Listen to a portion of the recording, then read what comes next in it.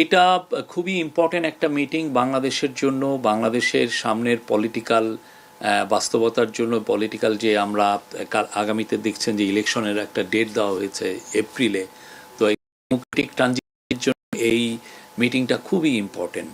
এই মিটিংয়ে আমরা আশা করছি যে তারা আমরা এখানে আসলে কি এজেন্ডা এটা না, তারা যে মিটিং করছেন এবং তারা সব কিছুই আলাপ করবেন। কেননা একজন হচ্ছেন বাংলাদেশের এখন ইন্টারিম গভর্নমেন্টের প্রধান, আর একজন হচ্ছেন বাংলাদেশের লার্জেস্ট পলিটিক্যাল পার্টির প্রধান।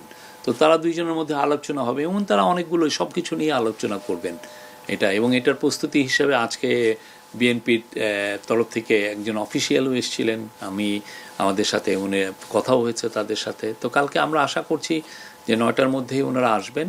আসার পরে একটা 1-to-1 মিটিং হবে। এই ক্ষেত্রে যদি ওনারা মনে করেন যে আরও অন্যান্য কেউ থাকবে, সেটা এই দুজন লিডারই এটা ডিসাইড করবে।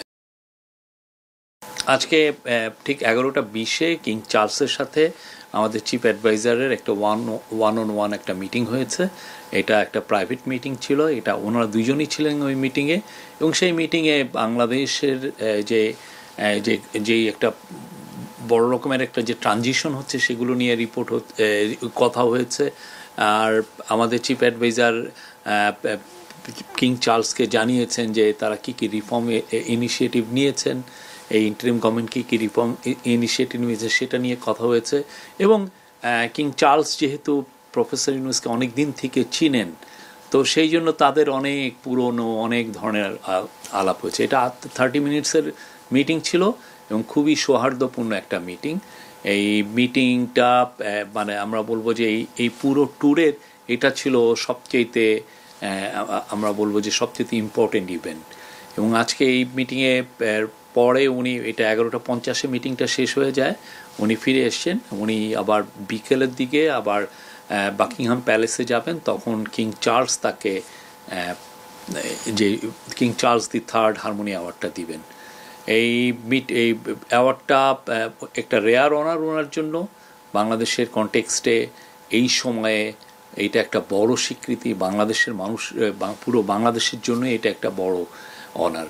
তো উনি যে ওনাকে এই অ্যাওয়ার্ডটা দেওয়া হচ্ছে যে ওনার লাইফ লং যে উনি যেই কাজগুলো করেছেন, যেমন ধরেন মাইক্রো ক্রেডিট পায়োনিয়ারিং করা, এবং মাইক্রো ক্রেডিট যে পুরো বিশ্বে একটা বড় রকমের একটা টুল এই ইয়েকে অ্যাড্রেস করার জন্য, পোভার্টিকে কমব্যাট করার জন্য, সেটা একটা ওনার। তারপর উনি সোশ্যাল বিজনেস নিয়ে কাজ করেছেন, সোশ্যাল বিজনেস কীভাবে পুরো বিশ্বে দরিদ্রতা কমাতে পারে। পুরো বিশ্বে অনেক অনেক ইস্যু আছে যেগুলো সত্যিকার অর্থে একটা কোম্পানি বা যেগুলো প্রাইভেট এবং প্রফিট ওরিয়েন্টেড কোম্পানি অনেক কাজ করতে পারে না, সেখানে সোশ্যাল বিজনেস ওই কাজগুলো করতে পারে।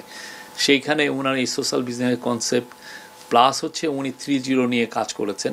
তো কিং চার্লস এই ওনার যে পুরো যে লাইফ লং যে ডেডিকেশন মানুষের জন্য, মানুষের মঙ্গলার্থে যে কাজগুলো উনি করেছেন, তারই স্বীকৃতি হবে King Charles the Third Harmony Award. King চার্লসের সাথে ওনার সম্পর্কটা অনেক পুরনো। কিং চার্লস ওনার কাজের সম্পর্কে পুরোপুরি ওয়াকিবহাল, জানেন উনি কী কী কাজ করছেন।